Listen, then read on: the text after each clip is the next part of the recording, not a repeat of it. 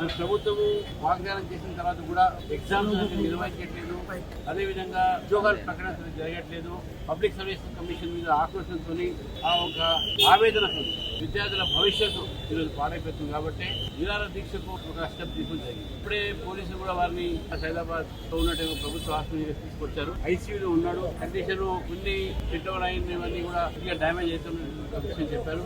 మరి overall fluid తీసుకుంటేనే safety ఉంటుందని కూడా చెప్పడం జరిగింది. ఏది ఉన్నప్పటికైనా ప్రభుత్వం దిగి రావాలి. ఇటువంటి ఒక విద్యార్థులకు వారు ఆశ్వాసన ఇవ్వాలి, జాబ్ క్యాలెండర్ ప్రకటించని చెప్పాలి.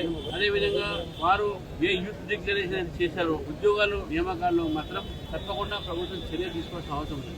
లక్షలాది మంది యువకులు ఈరోజు వేలాది ఒక ఉద్యోగాల కోసము వాళ్ళ కాపలా కాసి ఈరోజు అశోక్ నగర్ లైబ్రరీలో తాను చదువుకుంటూ పక్కన గదులు తీసుకొని 5 రూపాయలు భోజనం చేస్తూ ఈరోజు వాళ్ళ పరిస్థితి చాలా ఘోరంగా ఉంది. మరి అటువంటి విద్యార్థుల కోసం ఈరోజు అశోక్ ఈ యొక్క చర్య తీసుకోవడం జరిగింది.